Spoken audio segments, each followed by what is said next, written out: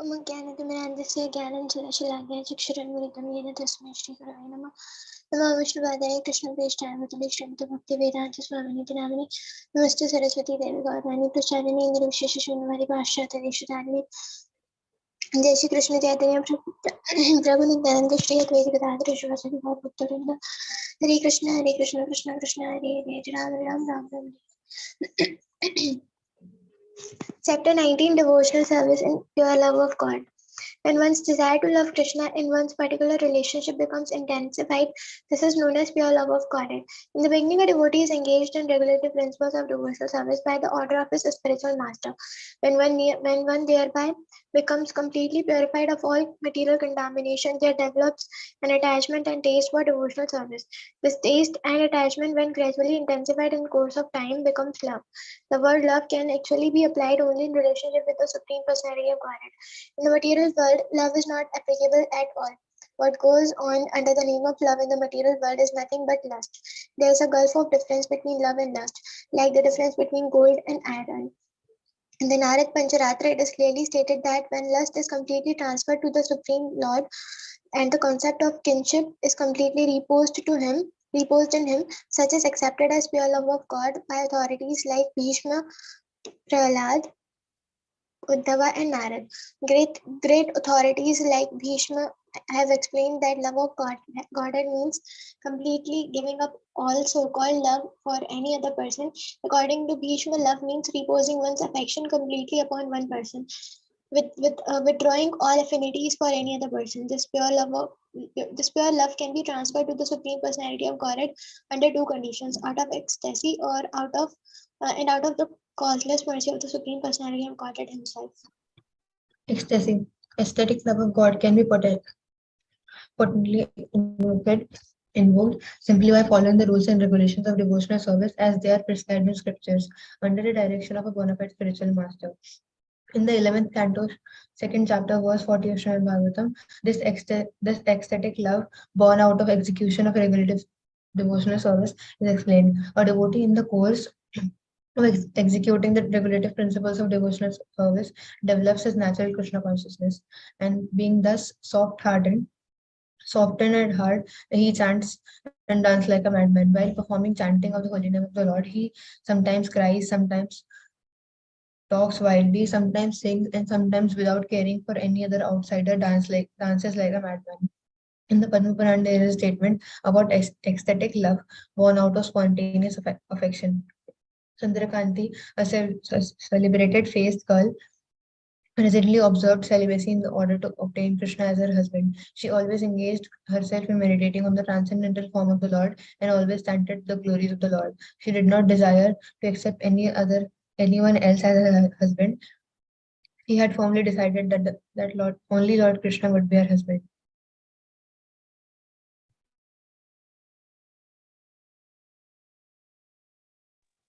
The Lord's extraordinary mercy. When a devotee is found to be always associated with the Lord in ecstatic love, it is to be understood that such a position has been avoided by the Lord Himself out of His causeless mercy, out of His causeless extraordinary mercy.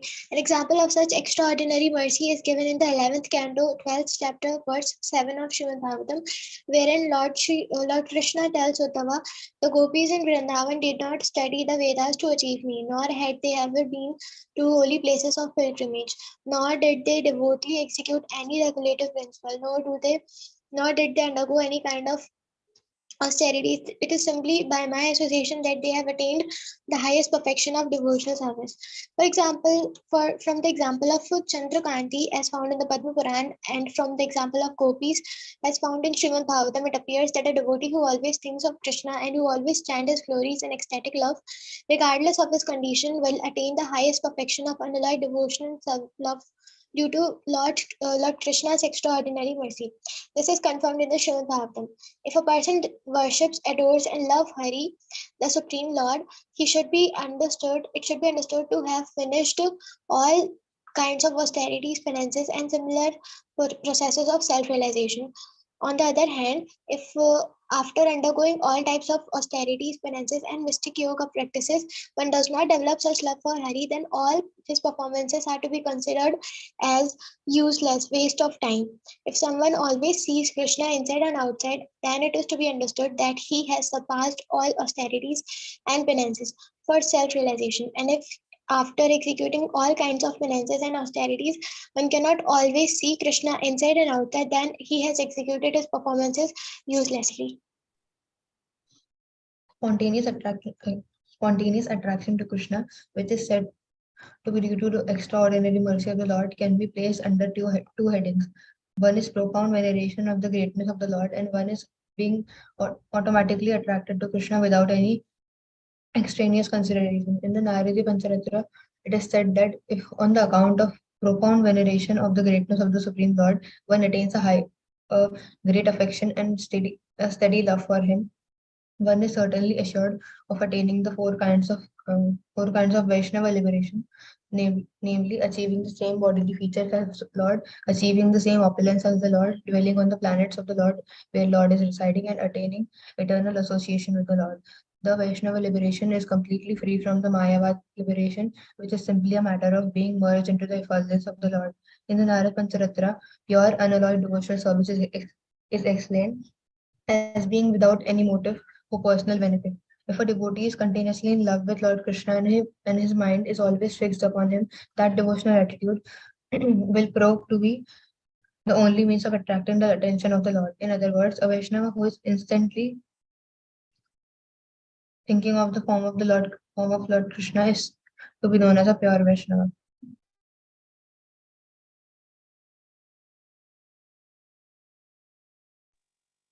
Generally, a devotee who has achieved the causeless mercy of the Lord on account of following the strict rules and regulations of devotional service becomes attracted by the supreme greatness of the Lord and by the transcendental beauty of the Lord and by the spontaneous execution of devotional service.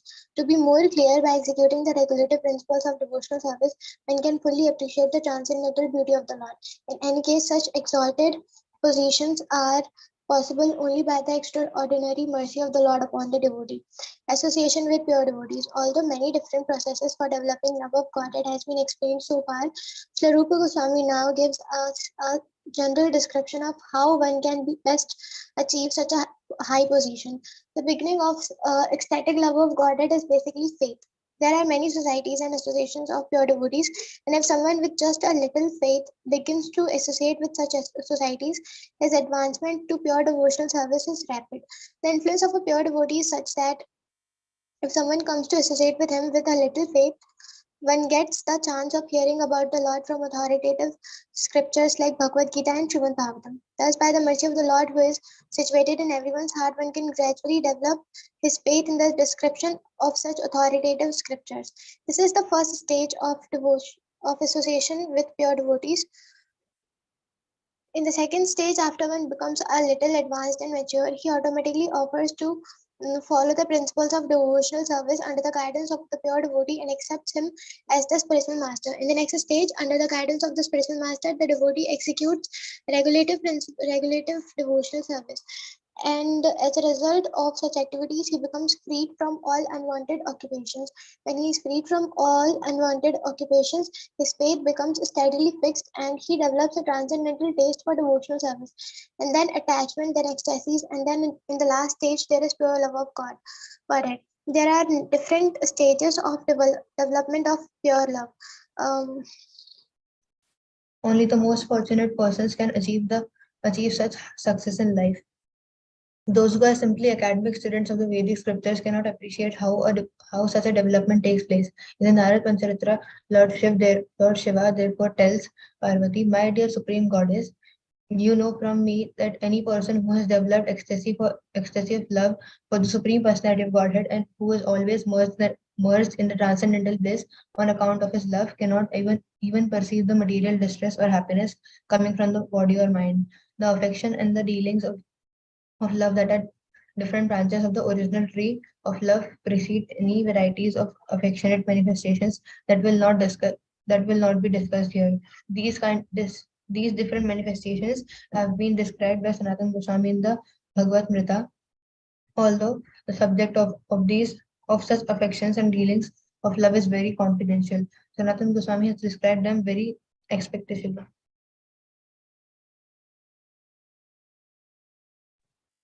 Srila Rupa Goswami thus concludes the first division of Bhakti Rasamrit Sindhu, offering up his treatise for the transcendental pleasure of Sanatan Goswami, who has established the transcendental beauty, and of Gopal Bhatta Goswami, Srila Raghunath Bhatta Goswami, and Raghunath Das Goswami. It appears from this statement that great Srila Jiva Goswami was not yet active when Bhakti Rasamrit Sindhu was written. Thus ends the Bhaktivedanta summary study of the first division of Bhakti Rasamrit Sindhu up to the descriptions of ecstatic love of Godhead, which are to follow next.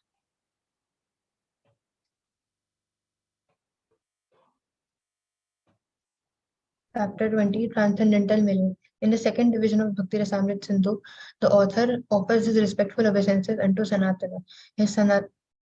This Sanatana can be interpreted as either Sri Krishna himself or Sanatana Goswami, the elder brother and spiritual master of Rupa Goswami. In the case where Sanatana is accepted to mean Sri Krishna, the obeisances are offered to Krishna because he is naturally so beautiful, and because he is the killer of the demon Agha. If he if it is interpreted to mean Sanatan Goswami, then it is because he is so gratefully favored by Srila Rupa Goswami, being always served by him, and because he is the annihilator of all kinds of sinful activities. In this division of Bhakti Rasamrit Sindhu, the author wants to describe the general symptoms of transcendental mellow, loving mode of discharging devotional service. In this division, Bhakti Rasamrit Sindhu, there are 5 general topics. Vibhava, special symptoms of causes of ecstasy, Anubhava, subsequent ecstasy, Satvika Bhava, constitutional or existence ecstasy, Vyabhichari Bhava, aggressive ecstasy, and Sthai Bhava, fervent or continuous ecstasy. The word rasa used in Bhakti Rasamrit Sindhu is understood by different persons differently because the exact English equivalent is very difficult to find. But as we have seen our spiritual master translate this word rasa into mellow, we shall follow in his footsteps and also translate the word in that way. The particular loving mood or attitude relished in the exchange of love with the Supreme Personality of Godhead is called rasa or mellow. The different types of rasa, when combined together, help one to taste the mellow of devotional service in the highest degree of transcendental ecstasy. Such a position, although entirely transcendental to our experience, will be explained in this section as far as possible, following in the footsteps of Srila Rupa Goswami.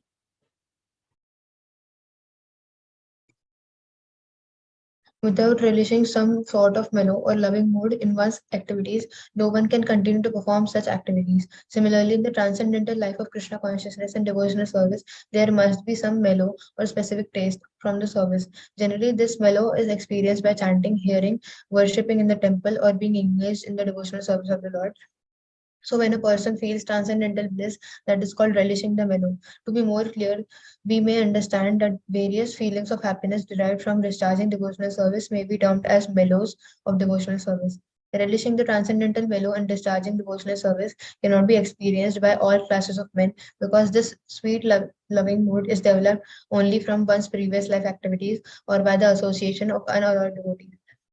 As explained before, association with pure devotees is the beginning of faith and devotional service. Only by developing such faith and association with a pure devotee or by having in one's previous life executed devotional activities can one actually relish the mellow of devotional service. In other words, this transcendental bliss is not to be enjoyed by a common man unless he is so extraordinarily fortunate to be in the association with pure devotees or to be continuing his previous birth devotional service activities. The gradual process of development to the stage of devotional service is explained in Srimad Bhagavatam, first canto. The beginning is to hear about Lord Krishna in the association of devotees who have themselves cleansed their hearts by association. Hearing about the transcendental activities of the Lord will result one feeling transcendental bliss always. It is also explained in the Bhagavad Gita that for one who has actually come to the spiritual platform, the first symptom will be visible that he is always joyful. This joyous life is attained by one's reaction to reading Bhagavad Gita or Srimad Bhagavatam. or else from associating with persons who are very interested in the spiritual life of Krishna consciousness, specifically those who have made the determination to achieve the favor of Govinda by being engaged in transcendental loving service at his lotus feet. Being encouraged by such a feeling, one who is constantly engaged in discharging the regulative principles of devotional service in such a way as to please the Supreme Personality of Godhead develops two principles of compelling force, which come under the heading of Vibhava. Thus one enjoys transcendental bliss. There are seven origins or causes for this compulsive love for Krishna, such as Krishna himself, the devotees of Krishna, and Krishna's playing on the flute. The effect of is sometimes loving and sometimes stunted. There are 8 transcendental symptoms found in the body during ecstasy, and all of them are possible only by a mixture of the above mentioned 5 ecstatic divisions. Without some mixture of these 5 ecstatic principles, one cannot relish the transcendental bliss. The cause or basis for relishing transcendental mellow is exactly what we mean by vibhava. The vibhava is divided into namely the vibhava is divided into two, namely basic and impelling, or impetus giving. In the Agni Puran, the description of vibhava is given as follows: the basic the basis from which aesthetic love is born is called Vibhava, which is divided into two, basic and impelling. In other words, there are two kinds of aesthetic love. The object of basic aesthetic love is Krishna and his devotees. Lord Krishna and the object of the basic aesthetic love or and his pure devotees, a reservoir of such love, is object of impelling aesthetic love. Impelling aesthetic love then is that love which develops when one sees an object that reminds him of Krishna.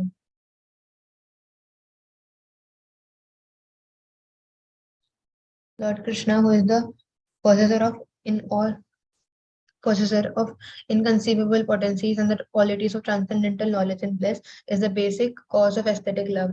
Lord Krishna also becomes the reservoir impetus of aesthetic love by his different incarnations and expansions. In Srimad Bhagavatam, there is a statement in connection with the Brahma Vimohana Leela which demonstrates something of this impelling or impetus giving feature of aesthetic love. When Brahma was deluded by Krishna, who expanded himself in so many cowherd boys, calves, and cows, Krishna's elder brother Sri Baladeva, a direct expansion of Krishna himself, felt astonished and said, "How wonderful it is that my aesthetic love for Krishna is being again being to so many cowherd boys, calves, and cows." He has he was struck with wonder by thinking in this way. This is an example in which Krishna himself becomes the object and the reservoir of ecstatic love in impelling aspect.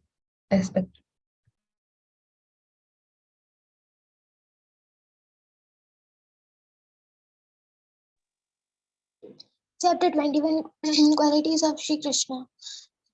Personal features can be divided into two. One feature is covered and the other feature is manifested. When Krishna is covered by different kinds of dress, his personal feature is covered. There is an example of his covered personal feature in Srimad Bhagavatam in connection with his Dwarka Leela, his residence in Dwarka as its king. Sometimes Lord Krishna began to play by dressing himself like a woman. Seeing this form, Uddhava said, "How wonderful is that this woman is attracting my ecstatic love exactly like Lord Krishna does.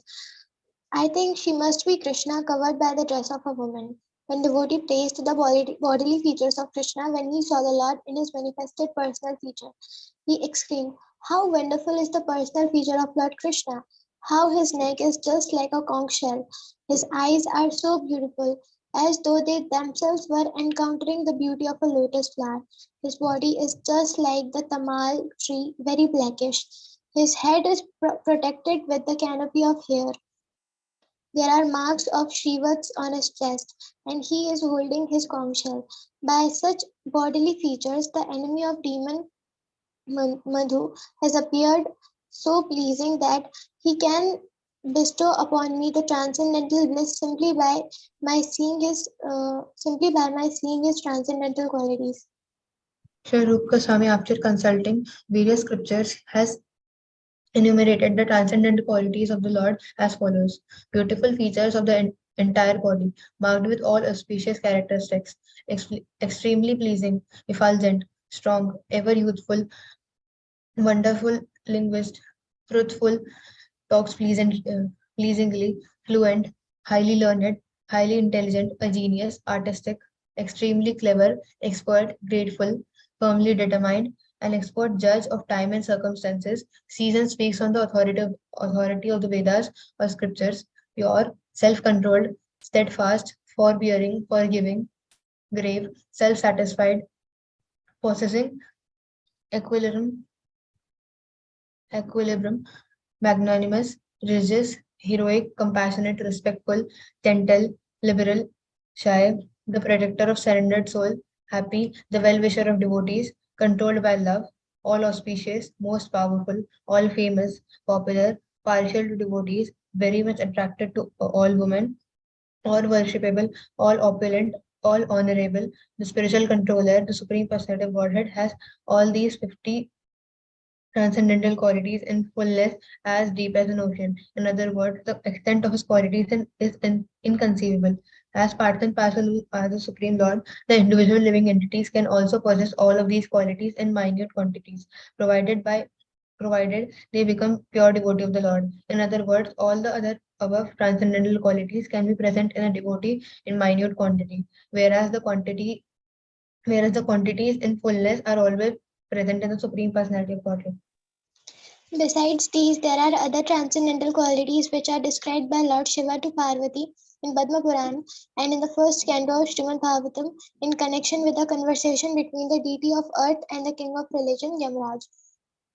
It is said therein persons who are desirous of becoming great personalities must be decorated with the following qualities: truthfulness, cleanliness, mercy, perseverance, renunciation, peacefulness, simplicity, control of the senses, equilibrium of the mind, austerity, equality, forbearance, placidity, learning, knowledge, detachment, opulence, chivalry, influence, strength, memory, independence, tactfulness, luster, patience, kind heartedness, ingenuity, gentility, mannerliness, determination, perfect in all knowledge, proper execution, possession of all subjects of enjoyment, gravity, steadiness, faithfulness, fame, respectfulness, and lack of egotism. Persons who are desiring to become great souls cannot be without any of the above qualities. So we can know for certain that these qualities are found in Krishna, the super soul. Because beside all of the above mentioned 50 qualities, Lord Krishna possesses five more, which are sometimes partially manifested in the persons of Lord Brahma or Lord Shiva. These transcendental qualities are as follows: changeless, all cognizant, ever fresh, Satchidananda, possessing an eternal blissful body, possessing all mystic perfections. Krishna also possesses five other qualities, which are manifest in the body of Narayana, and they are listed as follows. He has inconceivable potency, uncountable universes generated from his body. He is the original source of all incarnations. He is the giver of salvation to the enemies whom he kills. He is the attractor of all liberated soul. All these transcendental qualities are manifested wonderfully in the personal features of Lord Krishna. Besides these 60 transcendental qualities, there are four more which are not manifested even in Narayana form of Godhead. What to speak of the demigods or living entities? They are as follows. He is the performer of all wonderful various of pastimes, especially his childhood pastimes. He is surrounded by devotees endowed with wonderful love of Godhead. He can attract all living entities all over the universes by playing on his flute. He has a wonderful excellence of body that cannot be revealed anywhere in the creation. Adding to the list these four exceptional qualities of Krishna, it is to be understood that the exaggerate number of qualities of Krishna is 64. Srila Rupa Goswami has attempted to give evidences from various scriptures about all 64 qualities present in the person of the Supreme Lord. Beautiful bodily features. Any comparison of the different parts of the Lord's body to different material objects cannot factually be a complete comparison. Ordinary persons who cannot understand how exalted are the bodily features of the Lord are simply given a chance to understand by a material comparison. It is said that Krishna's face is as beautiful as the moon. His thighs are powerful just like the trunks of elephant. His arms are just like two pillars. His palms are expanded like lotus flowers. His chest is just like a doorway. His hips are dense and the middle of his body is a terrace. Auspicious characteristics. There are certain characteristics of different limbs that are considered to be very auspicious and are fully present in the body of the Lord. In this connection, one friend of Nanda Maharaj, speaking about Lord Krishna's auspicious bodily symptoms, said, "My dear king of the god of the cowherds, I can find 32 auspicious symptoms on the body of your son. I am wondering how this boy could have taken his birth in a family of a cowherd man. Generally, when Lord Krishna appears, he does so in a family of Kshatriyas, as did Lord Ramachandra, and sometimes in the family of Brahmins. But Krishna accepted the role of son to Maharaj Nanda, despite the fact that Nanda belongs to the Vaishya community. The business of the Vaishya community is trade, commerce, and protection of cows. Therefore, his friend, who may have been born into a Brahmana family, expressed his wonder at how such an exalted child could take birth in a family of Vaishyas. Anyhow, he pointed out the auspicious signs on the body of Krishna to the boy's foster father. He continued, "This boy has a reddish luster in 7 places: his eyes, the ends of his hand, the ends of his leg, his, his palate, his lips, his tongues, and his nails. A reddish luster in these 7 places is considered to be auspicious. Three parts of three parts of his body are very broad: his waist, forehead, and chest. 3 parts of his body are short: his neck, thighs, and genitals. 3 parts of his body are very deep: his voice, intelligence, and navel. There, there is highest there is highness in the 5 parts of his body: his nose, arms, ears, forehead, and thighs. In the 5 parts of his body, there is fineness: his skin, his hairs on his head, and on the other parts of his body, his, his teeth and his fingertips. The aggregate of this bodily features is manifest only in the bodies of the great personalities. The faint lines on the palm are also considered to be auspicious bodily symptoms. In this connection, an old gopi informed King Nanda, "Your son possesses various wonderful faint lines on his palms. There are the signs of lotus flowers and beels on his palms, and on his soles there are the sign of a flag, a thunderbolt, a fish, a rod for controlling elephants, and lotus flower. Please observe how auspicious these signs are." Pleasing. Beautiful bodily features which automatically attract the eyes are called ruchira. Pleasing. Krishna possesses this attractive feature of ruchira in his personal features. In the third canto, second chapter, verse 13 of Srimad Bhagavatam, there is a statement about this. The Supreme Personality of Godhead in his pleasing dress appeared at the scene of the sacrificial arena when King Yudhishthira was performing the Rajasuya sacrifice. All important personalities from different parts of the universe had been invited to the sacrificial arena, and all of them, upon beholding Krishna there, considered that the Creator had ended all of his craftsmanship in the creation of this particular body of Krishna. It is said that the transcendental body of Krishna resembles the lotus flower in 8 parts, namely his face, his 2 eyes, his 2 hands, his navel, and his 2 feet. The gopis and inhabitants of Vrindavan used to see the luster of the lotus flowers everywhere, and they could hardly withdraw their eyes from such a vision. Effulgent. The effulgence pervading the universe is considered to be the rays of the Supreme Personality of Godhead. The supreme abode of Krishna is always throwing off the effulgence known as Brahmajyotir, and that effulgence is emanating from his body. The luster of his host of jewels is fixed on the chest of the Lord, can defeat even the luster of the sun, and still, when compared with the bodily features of the luster of the Lord, that rest of jewels appears be to be only as bright as one of the stars in the sky. Therefore, the transcendental effulgence of Krishna is so great that it can defeat anyone. When Krishna was present in the sacrificial arena of his enemy King Kamsa, the wrestler present, although appreciating the softness of the body of Sri Krishna, were afraid and perturbed when they thought of engaging with him in battle.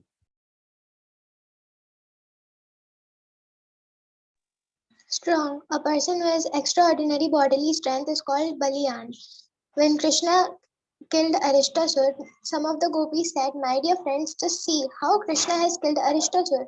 Although he was stronger than a mountain, Krishna plucked him just like a piece of cotton and threw him away without any difficulty." There is another passage wherein it is said, "O my dear devotees of Lord Krishna, may the left hand of Lord Krishna, who has lifted Govardhana hill like a ball, save you from all dangers." Ever youthful, Krishna is beautiful at his different ages, namely his childhood, his boyhood, and his youth. Out of these three, his youth is the reservoir of all pleasures and is the time when the highest varieties of devotional service are acceptable.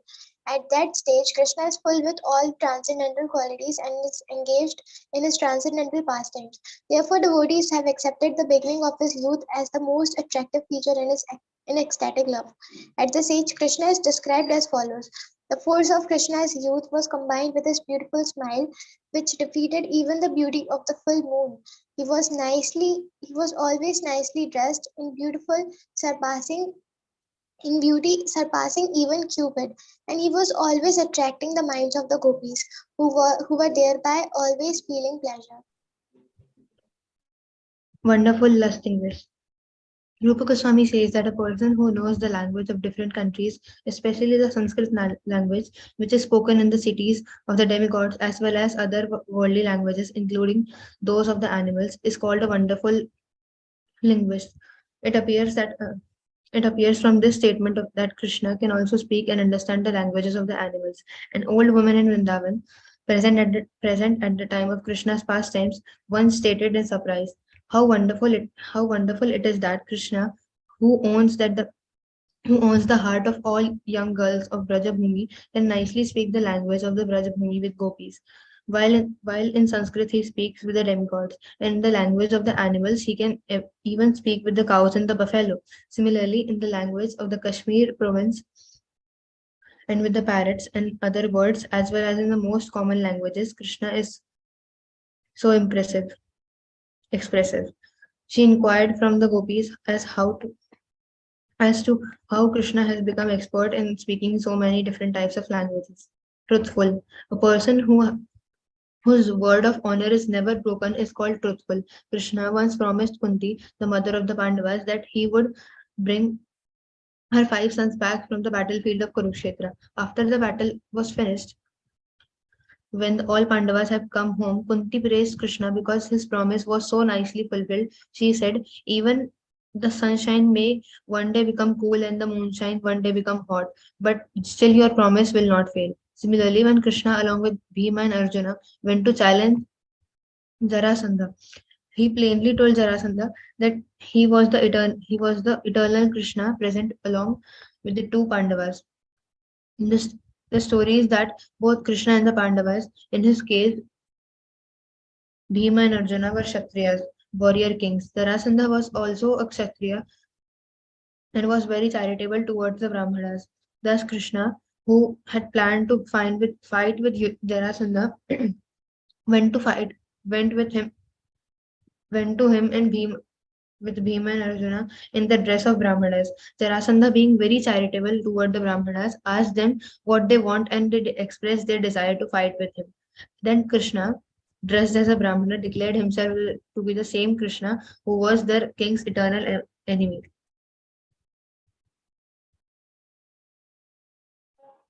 Pleasing talker. A person who can speak sweetly even with his enemy just to pacify him is called a pleasing talker. Krishna was such a pleasing talker that after defeating his enemy Kaliya in the water of Yamuna, he said, "My dear king of the snakes, although I have given you so much pain, please do not dissatisfy me. Please do not be dissatisfied with me. It is my duty to protect these cows, which are worshipped even by the demigods. Only in order to save them from the danger of your presence have I been obliged to banish you from this place." Kalia was residing within the water of Yamuna, and as a result, the back portion of that river had become poisoned. Thus, many cows who had drunk the water had died.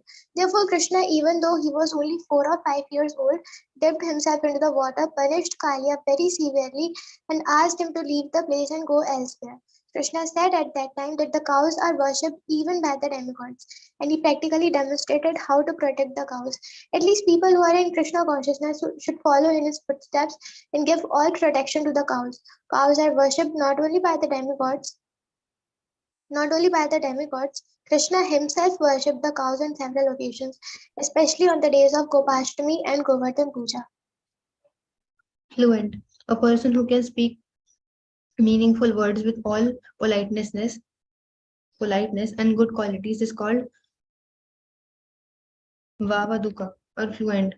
There is a nice statement in Srimad Bhagavatam regarding Krishna's speaking politely. When Krishna politely bade his father Nanda Maharaj to stop the ritualistic offering to sacrifice to the rain god Indra, a wife of the village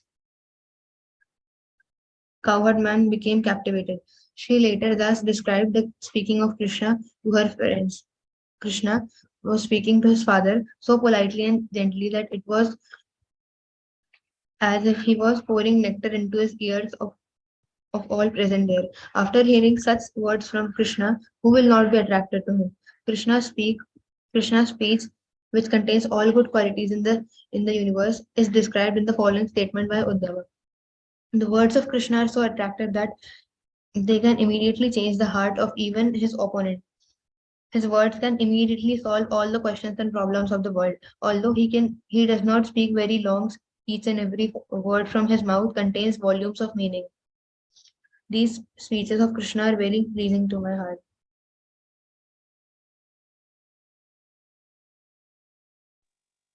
Highly learned. When a person is highly educated and acts strictly on moral principles, he is called highly learned.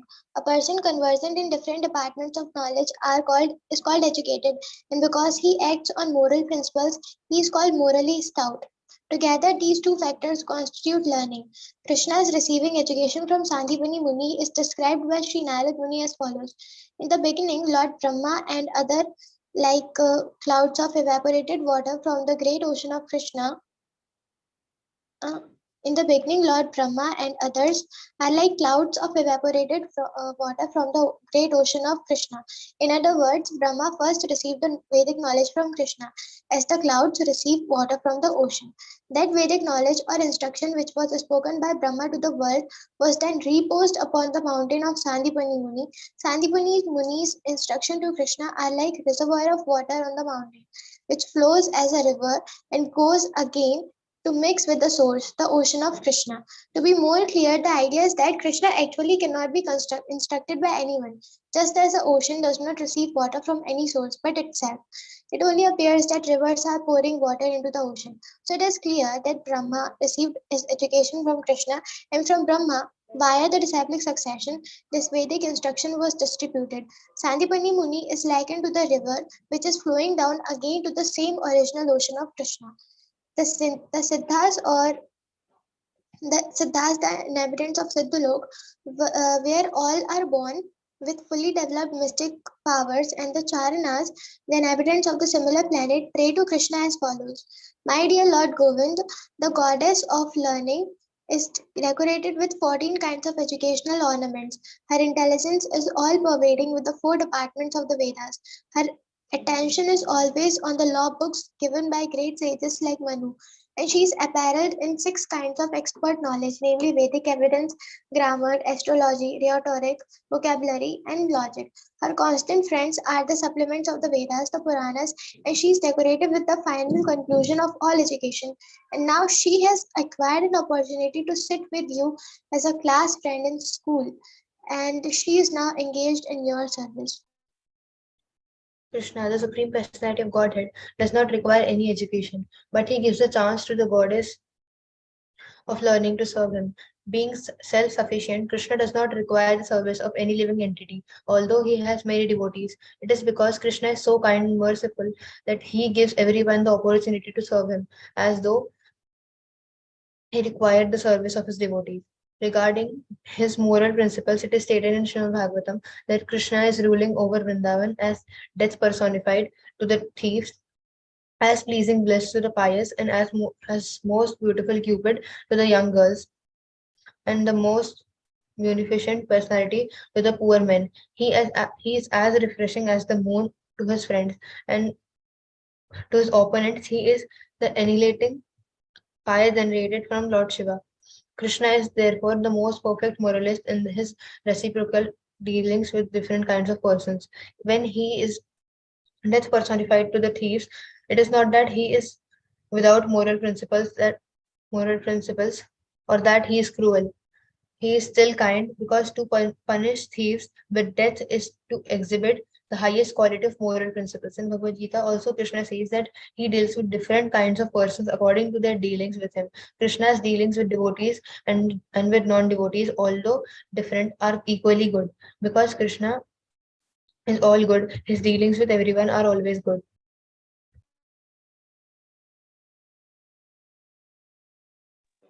Highly intelligent. A man is called intelligent if he has a sharp memory and fine discretion. As far as Krishna's memory is concerned, it is said that when he was studying in the school of Sandipani Muni in Avantipur, he showed such a sharp memory that by once taking instruction from the teacher, he immediately became perfect in any subject. Actually, his going to the school of Sandipani Muni was to show the people of the world that however great or ingenious one may be, he must go to higher authorities for general education. However great one may be, he must accept a teacher or spiritual master. Krishna's fine discretion was exhibited when he was fighting with the untouchable king who attacked the city of Mathura. According to the Vedic rites, those who are untouchable are not to be touched by the Kshatriya kings, not even for killing. Therefore, when the untouchable king seized the city of Mathura, Krishna did not think it wise to kill him directly with his own hand. Still, the king had to be killed, and therefore Krishna decided with final discretion that he should flee from the battlefield so that the untouchable king would chase him. He could then lead the king to the mountain where Muchukunda was lying asleep. Has received a benediction from Kartikeya to the effect that when he awoke from his sleep, whoever he might see would at once be burnt to ashes. Therefore, Krishna thought it wise to lead the untouchable king to that cave so that the king's presence would awaken Muchukunda and he would at once be burnt to ashes. Genius. A person who is called genius when he can refute to any kind of opposing element with never arguments. In this connection, there is a statement in Padyavali which contains the following conversation between Krishna and Radha. One morning when Krishna came to Radha, Radha asked him, "My dear Keshava, where is your vasa at present?" The Sanskrit word vasa has three meanings. One meaning is residence, one meaning is fragrance, and one meaning is dress. Actually, Radharani inquired from Krishna, "Where is a dress?" But Krishna took the meaning as residence, and he replied to Radharani, "My dear captivated one, at the present moment my residence is in your beautiful eyes." To this, Radharani replied, "My dear cunning boy, I did not ask you for your residence, I inquired about your dress." Krishna then took the meaning of Vyas as the fragrance and said, "My dear fortunate one, I have just assumed a fragrance in order to be associated with your body." Srimati Radharani again inquired from Krishna, "Where did you pass your night?" The exact Sanskrit word used in this connection was yamin, yaminyas, yamushita. Yaminya means at night, and Yushita means Yushita means pass. Krishna, however, divided the word Yaminyasmita into two separate words, namely Yaminya and Mushita. By dividing this word into two, it came out to meaning that he was kidnapped by Yamini at or night. Krishna therefore replied to Radharani, "My dear Radharani, is it possible that at night can kidnap me?" It is, in this way, he was answering all the questions of Radharani so cunningly that he gladdened his dearest of the gopis. Artistic. One who talk and dress himself very artistically is called Vidagdha. This exemplary characteristic was visible in the personality of Sri Krishna.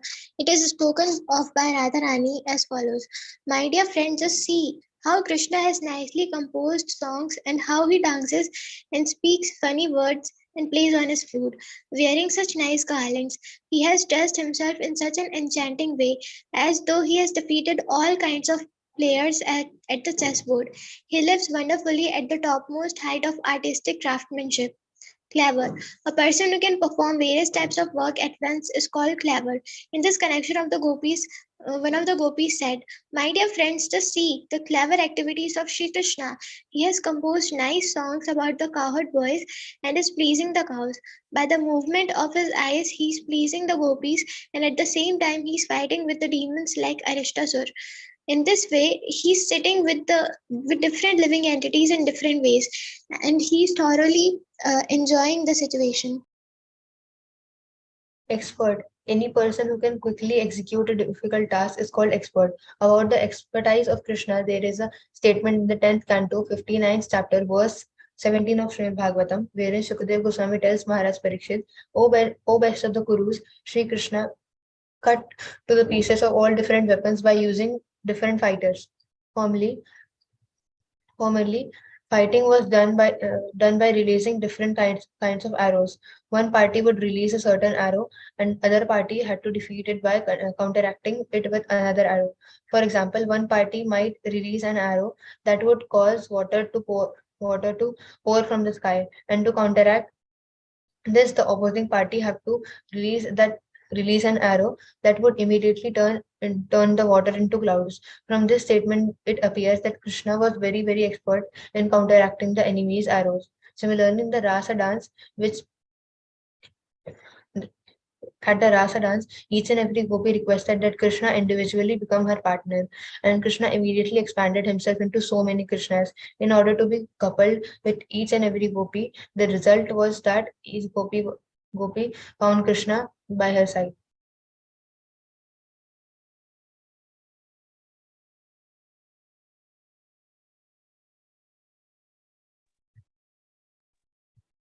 Grateful. Any person who is conscious of his friend's beneficent activities and never forgets his service is called grateful. In the Mahabharata, Krishna says, "When I was away from Draupadi, she cried out with the words, 'Hey Govinda.'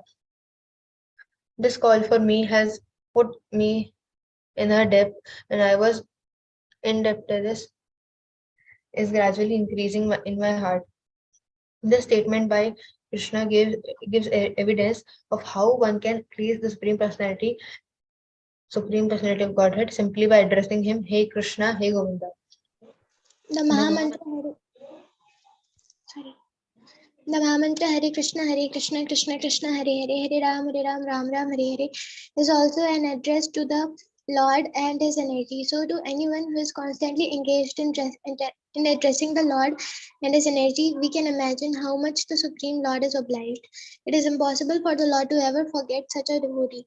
It is clearly stated in this verse that anyone who addresses the Lord immediately attracts the attention of the Lord who always remain obliged to him. Another instance of Krishna's feeling of obligation is stated in connection with his dealings with Javan. When the Lord was present as Lord Ramachandra, Javan, the great king of monkeys, rendered very faithful service to him. When the Lord again appeared as Lord Krishna, he married Javan's daughter and paid him all the respect that is usually given to superiors. Any honest person is obliged to his friend if some service has been rendered unto him. Since Krishna is the supreme honest personality, how can he forget an obligation to his servitor? Determined. Any person who observes regulated principles and fulfills his promises by practical activity is called determined.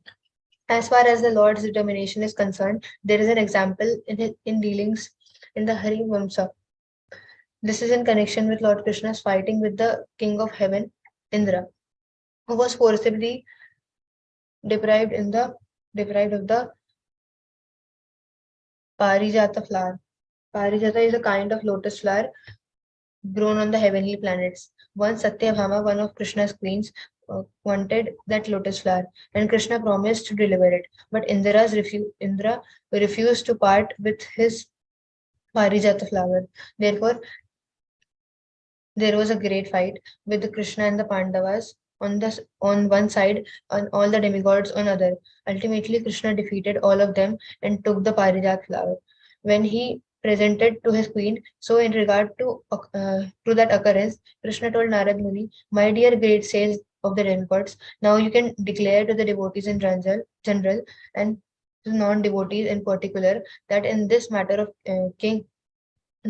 taking Parijat flower, all the demigods, the Gandharvas, the Nagas, the demons, Rakshasas, and the Yakshas and Panagas tried to defeat me, but none could make me break my promise to my queen.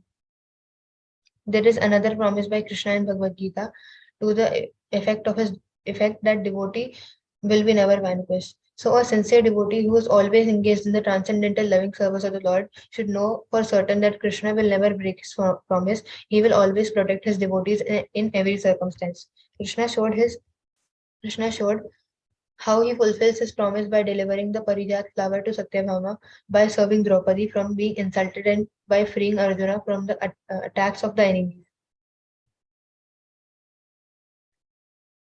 The promise of Krishna that his devotees are never vanquished had also previously been admitted by Indra when he was defeated in the Govardhan Leela.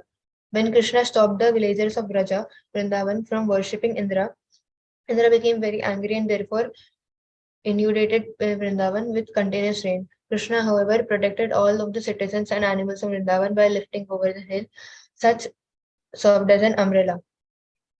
After the incident was over, Indra surrendered to Krishna with many prayers, in which he admitted, "By your lifting Govardhan hill and protecting the citizens of Vrindavan, you have kept your promise that your devotee are never to be vanquished." Expert, judge, or of times and circumstances. Krishna was expert in dealing with different people according to circumstances, country, time, and paraphernalia. How he could take advantage of a particular time, circumstance, and person is expressed by him while talking to Uddhava about his rasa dance with the gopis. He says the most opportune time is the full moon night in autumn, like tonight. The best place within the universe is Vrindavan, and the most beautiful girls are the gopis. So, my dear friend Uddhava, I think I should now take advantage of these all circumstances and engage myself in the rasa dance. Sealed by the authority of the scriptures. A person who acts exactly according to the tenets of the scriptures is called Shastra Chakshus. Shastra Chakshus means one who sees through the eyes of the authorized scriptures. Actually, a man of knowledge and experience should see everything through these books. For example, with our naked eyes, we perceive the sun globe simply as some glaring substance. But when we see through authorized books of science and other literature, we can understand how much greater the sun globe and this earth and how powerful it is. So seeing things through naked eyes is not actually seeing. Seeing things through the authorized books or authorized teachers is the correct way to see. So although Krishna is the supreme personality of Godhead and can see all that is past, present, and future, to teach the people in general, he used to always refer to the scriptures. For example, in Bhagavad Gita, although Krishna was speaking as a supreme authority, he still mentioned and quoted Vedanta Sutra as authority. There is a statement in Srimad Bhagavatam wherein a person jokingly says that Krishna, the enemy of Kamsa, is known as the seer through the Shastras. In order to establish his authority, however, he is now engaged in seeing the gopis whereby the gopis are becoming maddened.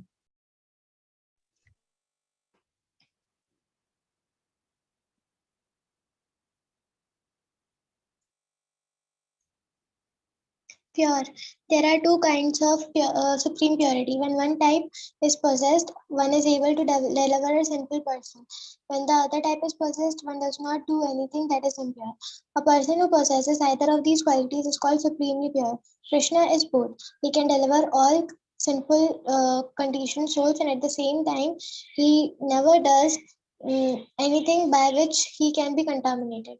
In this connection, Vidura, while trying to detach his elder brother Dhritarashtra from his familial attachments, said,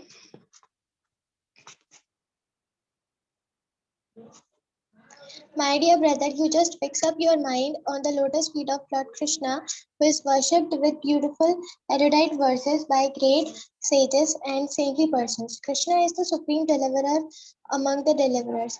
Undoubtedly, there are great demigods like Lord Shiva and Lord Brahma, but their positions as deliverers depend only upon the mercy of Krishna. Therefore, Vidura advised his elder brother Dhritarashtra to concentrate his mind and worship only Krishna. If one simply chants the holy name of Krishna, this holy name will rise within one's heart like the powerful sun and will immediately dissipate all the darkness of ignorance.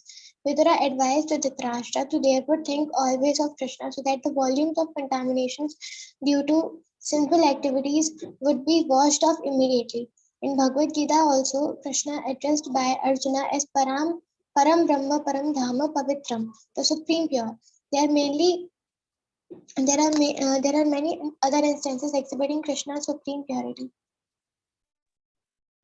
Self-controlled. A person who can control his senses fully is called Vashi or self-controlled.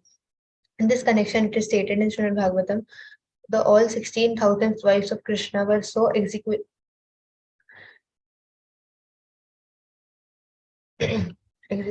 beautiful that their smilings and shyness were able to captivate the minds of the great demigods like Lord Shiva. But they still could not even agitate the mind of Krishna. In spite of their attractive feminine behavior, everyone every one of the thousands of wives of Krishna was thinking that Krishna was captivated by her feminine beauty. But this was not the case. Krishna is therefore the supreme controller of the senses, and this is admitted in Bhagavad Gita, where he is addressed as Rishikesha, the master of senses. Steadfast. Yes, you can continue. A person who continues to work until his desired goal is achieved is called steadfast. There was a fight between King Jaman and Krishna was to take the valuable Samataka jewel from the king. The king tried to hide himself in the forest, but Krishna would not become discouraged. Krishna finally got the jewel by seeking out the king with great steadfastness, forbearing, a person who tolerates all kinds of troubles. Even though such troubles appear to be unbearable, is called forbearing. When Krishna was residing at the place of his spiritual master, he did not mind taking all the troubles in the in the rendering service to his guru. Although his body was very soft and delicate, it is the duty of the disciple to execute all services unto the spiritual master despite all kinds of difficulties. The disciple living at the residence of the spiritual master has to go begging from door to door and bring everything back to the spiritual master. When prasad is being served, the spiritual master is supposed to call each and every disciple to come eat. If by chance the spiritual master forgets to call a disciple to partake of the prasad, it is enjoined in the scriptures that the student should fast on that day rather than accept food on his own initiative. There are many such strictures. Sometimes also Krishna went to the forest to collect dry wood for fuel. Forgiving. A person who can tolerate all kinds of offenses from the opposite party is known to be forgiving. Lord Krishna forgiving quality is described in the Shishupal Vada in connection with his forbidding the killing of Shishupal. King Shishupal was the monarch of the Kedi kingdom, and although he happened to be a cousin of Krishna, he was always envious of him. Whenever they would meet, Shishupal would try to insult Krishna and call him ill names as much as possible. In the arena of the Rajasuya, sacrifice of Maharaj Yudhishthir, when Shishupal began to call Lord Krishna ill names, Krishna did not care and remained silent. Some of the people at the arena were prepared to kill Shishupal, but Krishna restricted them. He was so forgiving. When he is Katha, it is said that when there is a thundering sound in the clouds, the mighty lion immediately replies with this thundering roar. But this lion doesn't care when all the foolish jackals begin to make their less important sounds. Sri Amunjacharya praises Krishna's power of forgiving with the following statement: My dear Lord Ramachandra, you are so merciful to have executed the crows clawing on the nipples of Janki simply because of his bowing down before you. Once Indra, the king of heaven, assumed the form of a crow and attacked Sita, Janaki, the Lord Ramchandra's wife, by striking her on her breast, which was certainly an insult to the universal mother Sita. And Lord Ramachandra was immediately prepared to kill the crow. But because later on the crow bowed down before the Lord excused his offense. Sri Yamunacharya further says in this prayer that the forgiving power of Lord Krishna is even greater than of Lord Ramachandra because Shupal was always in the habit of insulting Krishna, not only in one lifetime but continually throughout the three lives. Still, Krishna was so kind that he gave Shishupal the salvation of merging into his existence. From this, we can understand that the goal of the monist to merge into the effulgence of the Supreme Lord is not very difficult problem. Persons like Shishupal who are consistently inimical to Krishna can also get this liberation. Grave. A person who do not express his mind to everyone or whose mental activity and plan of action are very difficult to understand is called grave. After Lord Krishna has been offended by Brahma, Brahma prayed to him to be excused. But in spite of his offering nice prayers to Krishna, Brahma could not understand whether Krishna was satisfied or still dissatisfied. In other words, Krishna was so grave that he did not take the prayers of Brahma very seriously. Another instance of Krishna's gravity is found in connection with his love affairs with Radharani. Krishna was always very silent about his love affairs with Radharani, so much so that Baladev, Krishna's elder brother and his constant companion, could not understand the transformations of Krishna on account of his gravity. Self satisfied. A person who is fully satisfied in himself without any hankering and who is not agitated even in the presence of serious cause for distress is called self satisfied. An example of Krishna's self satisfaction was exhibited when Arjuna and Bhima went to challenge Jarasan, the formidable king of Magad, and Krishna gave all credit to Bhima for killing of Jarasan. From this, we can understand that Krishna never cares at all for fame, although no one can be more famous. An example of his not being disturbed was shown when Shishupal began to call him ill names. All the kings and Brahmanas assembled at the sacrificial arena of Maharaj Yudhishthir became perturbed and immediately wanted to satisfy Krishna by offering nice prayers. But all these kings and Brahmanas could not discover any disturbance in Krishna's person. Possessing equilibrium. A person who is unaffected by attachment and envy is said to be is said possess equilibrium. A person, an example of Krishna's equilibrium is given in the 10th canto, 16th chapter, verse 33 of Srimad Bhagavatam, in connection with his satisfying Kalia, the hundred-headed serpent. While Kalia was being severely punished, all of his wives appeared before the Lord and prayed as follows: Dear Lord, you have descended to punish all kinds of demoniac living creatures, but our husbands, this Kalia is a greatly sinful creature. So your punishment of him is quite appropriate. We know that your punishment of your enemies and your dealings with your sons are both the same. We know that it is in thinking of the future welfare of this condemned creature that you have chastened him. In another prayer, it is said, My dear Lord Krishna, best of all the Kuru dynasty, you are so impartial that even if your enemy is qualified, you will reward him. And if one of your sons is a culprit, you will chastise him. This is your business. Because you are the supreme author of the universes, you have no partiality. If anyone finds any partiality in your characteristics, he is surely mistaken.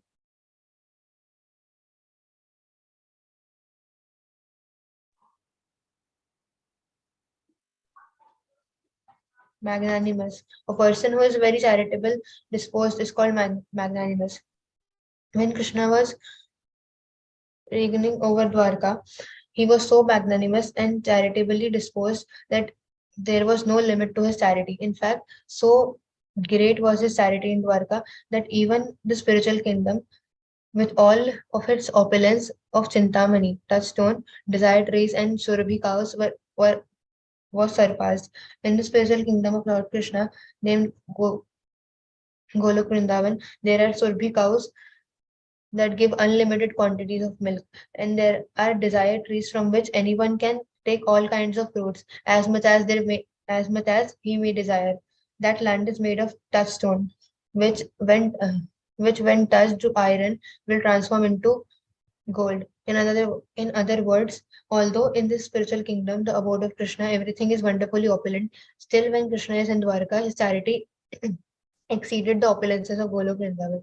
Wherever Krishna is present, the limitless opulence of Golok Vrindavan is automatically present.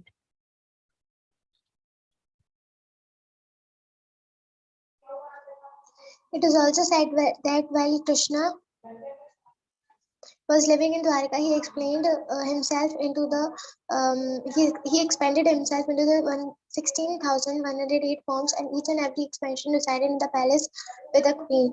Not only was Krishna happily living with his queens in those palaces, but he was giving in charity from his palace an aggregate number of 13,054 cows completely decorated with nice clothing and ornaments.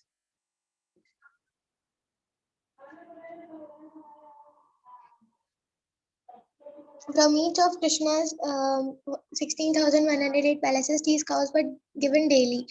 This means that 13,054 multiplied by 16,108 cows were being given in charity by Krishna every day. No one can estimate the value of such a large number of cows in charity, but that was the system of Krishna's daily affairs while he was reigning in Dwarka. Religious, a person who personally practices the tenets of religion as they are enjoined in the Shastras and who also teaches others the same principles is called religious.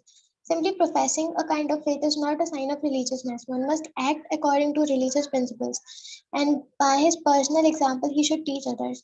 Such a person is to be understood as religious. When Krishna was present on this planet, there was no irreligion. In this connection, Narad Muni once addressed Krishna jokingly, "My dear Lord of the cowherd voice, your bulls are the representation of religion.